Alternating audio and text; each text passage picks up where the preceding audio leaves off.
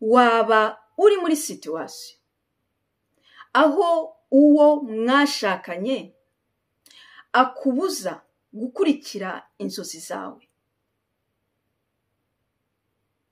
akaba ari umuntu ukora mu buryo bweruye cyangwa buteruye, ubwo buryo akoreramo bukaba butuma ugira blockage zituma udakurikira ibikuri ku mutima, ukaba uri umuntu wafashe igihe cyo kwiga ayo masomo yari akuri ku mutima,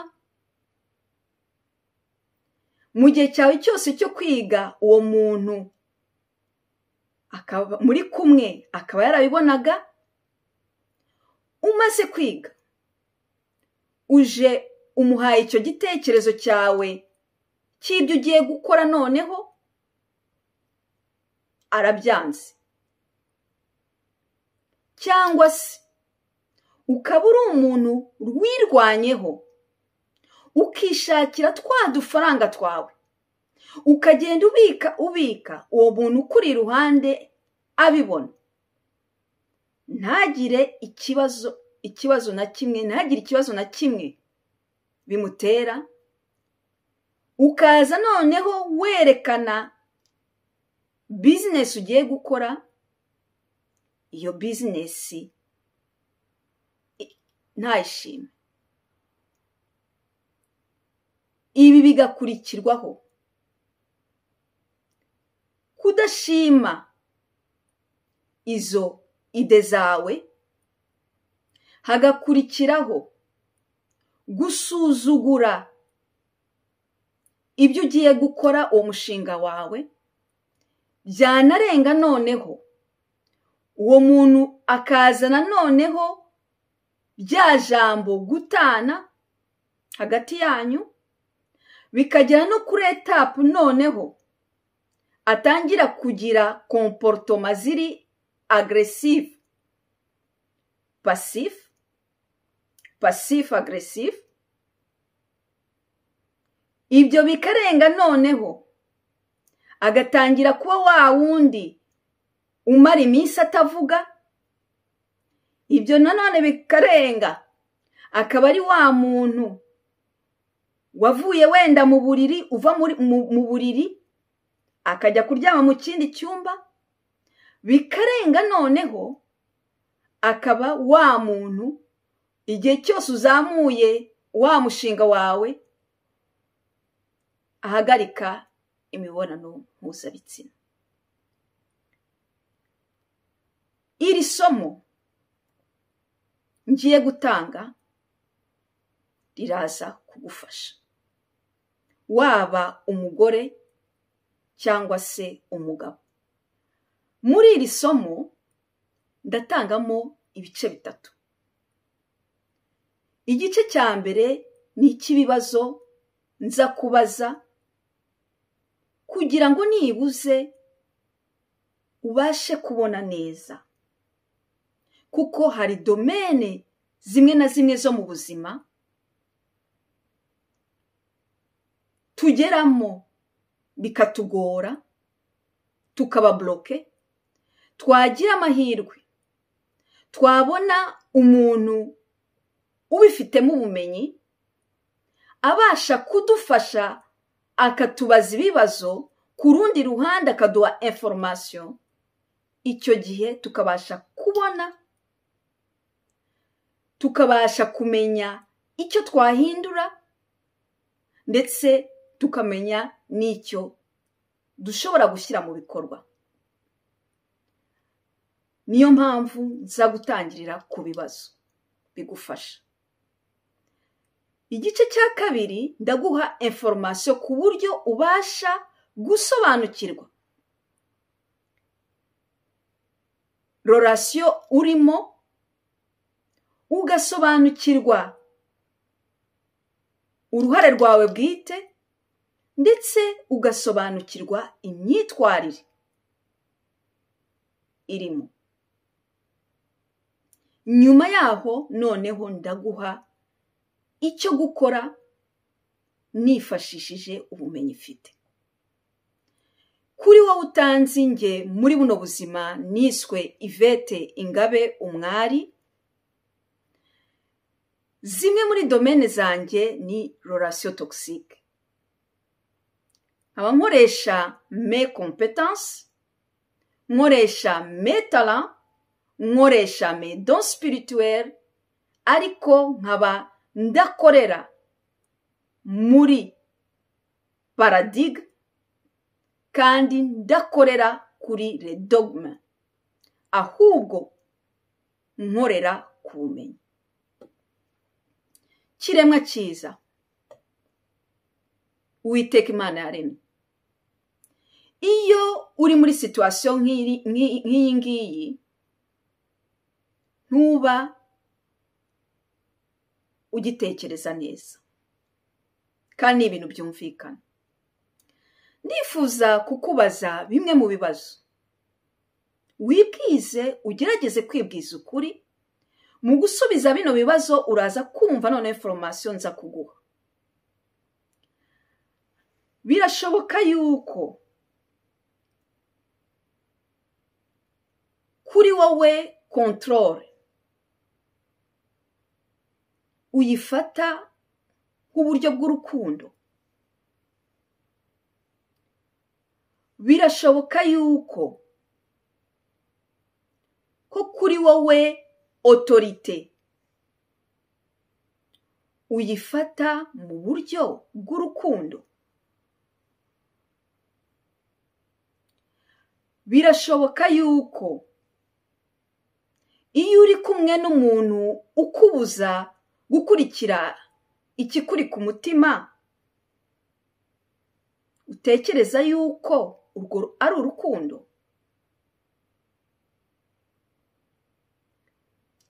Birashoboka yuko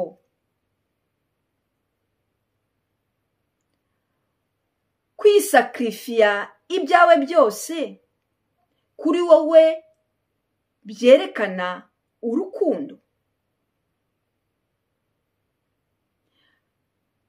Birashoboka yuko kwisakrifia ibyawe byose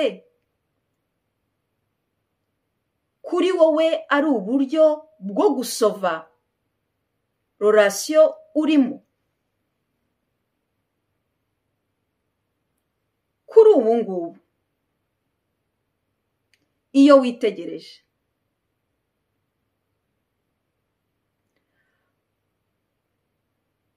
iyi relation urimo,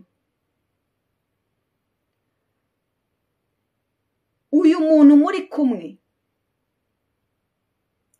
araguproteja spirituellement, araguproteja économiquement, araguproteja financièrement. Iyo urebye situation urimo ubu ngubu, hari icyo ukuramo de retour. Gerageza kwibwiza ukuri, si bibi kandi utishinja. Ubundi iyo umugore asobanukiwe pouvoir zimurimo, akajya muri za mbaraga ze za kigore, akagira ibyo adevelopa, akifuza kubibyaza umusaruro, akabizana ku meza imbere y'umufasha we, hari ikintu gihita kiba, nuko maske ihita ivaho. Aha ni hahandi haza umugabo utuje w'amahoro wubashye uhita ajya mu mbaraga ze zimurimo za kigore agakuramo imbaraga ziri sexy. Izo mbaraga ziri sexy akuramo ni curiosité, agakuramo empathie, agakuramo compassion.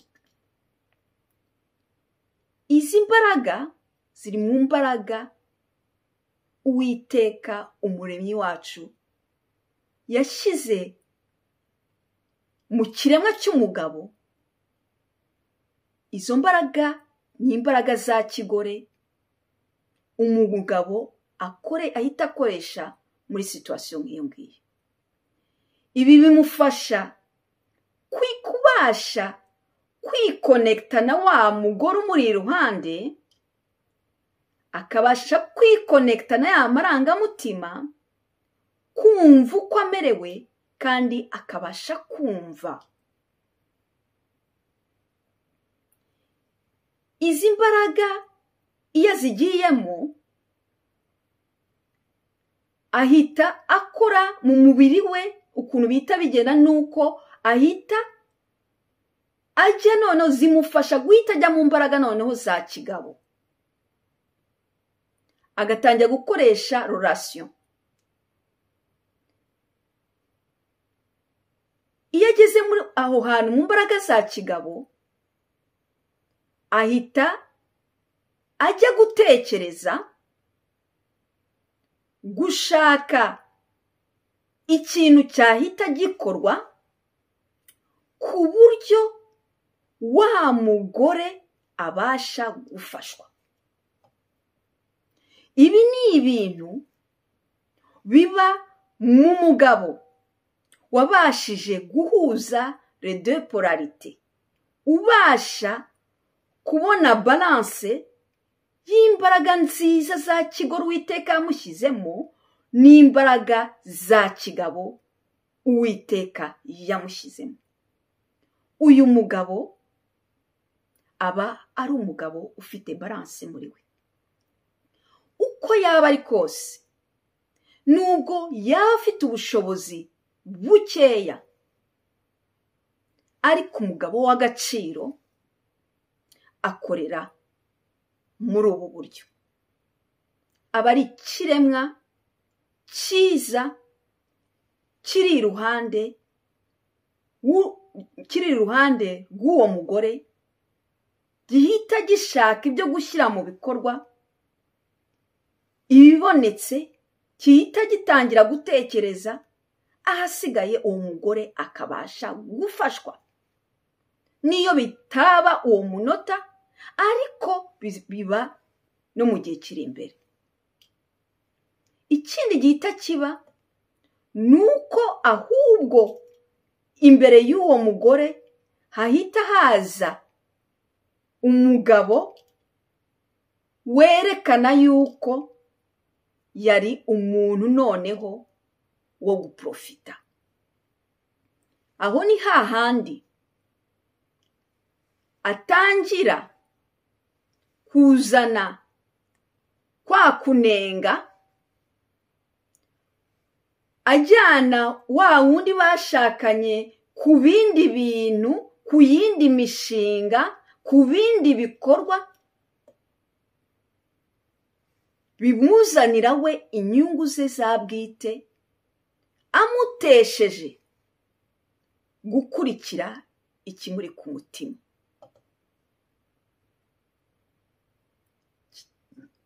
Kiremwa cyiza,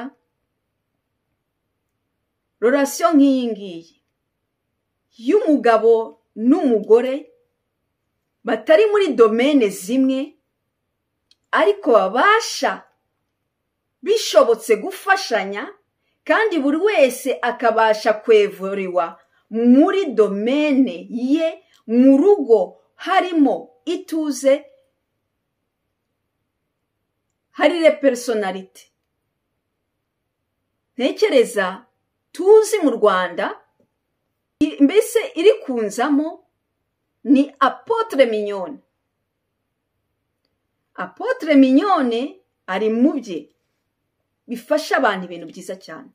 Umugabo nawe ari mu yindi domaine nayo ifasha sosiyete. Bose n'abantu bafasha sosiyete, ariko bafite ibintu bitandukanye.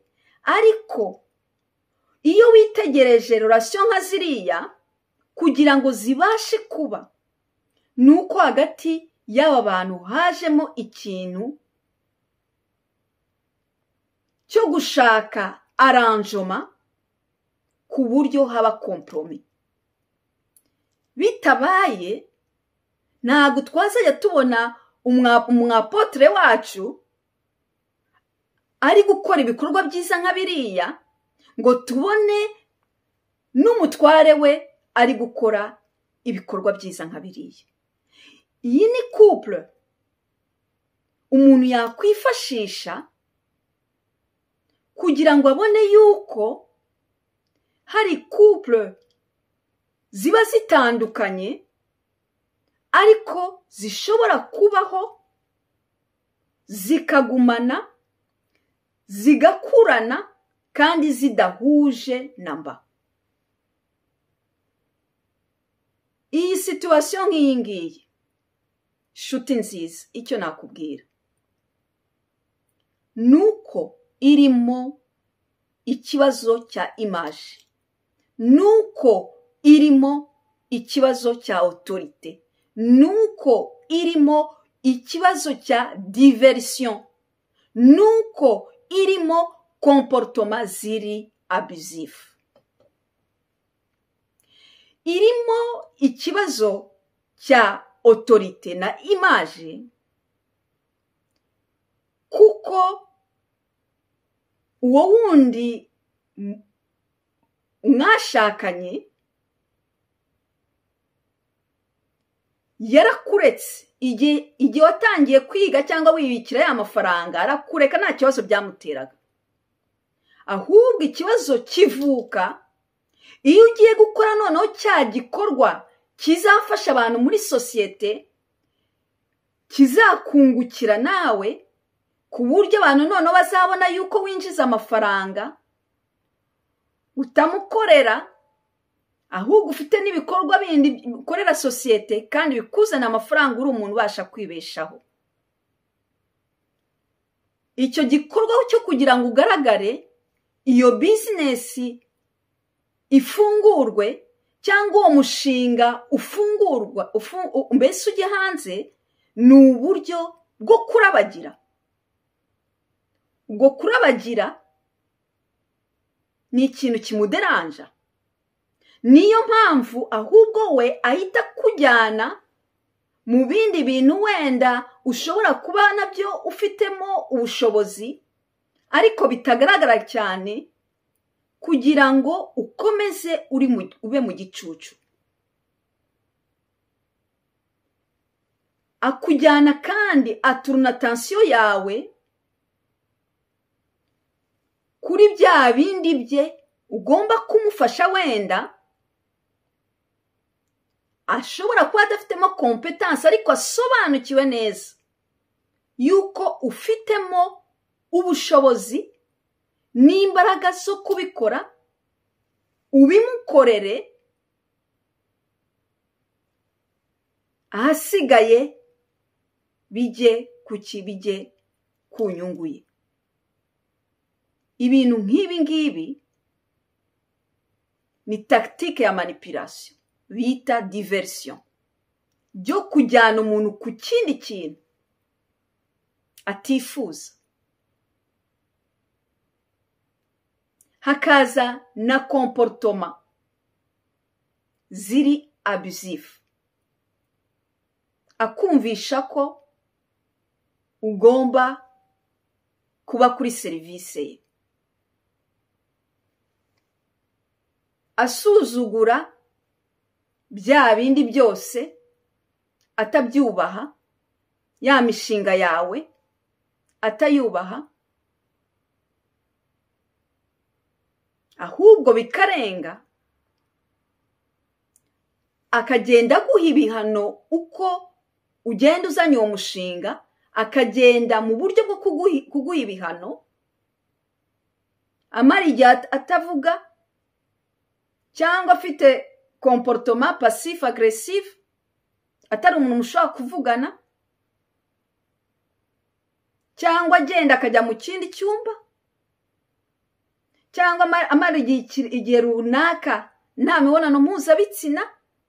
Ubu ni uburyo bwo kuguhana kugira ngo utongera gutekereza gukurikira inzozi zawe. Ariko ku rundi ruhande we ari kugukoresha ibimwungukira. Izi comportement ni abusive, bishatse kuvuga yuko iyi relation iba ari malsaine.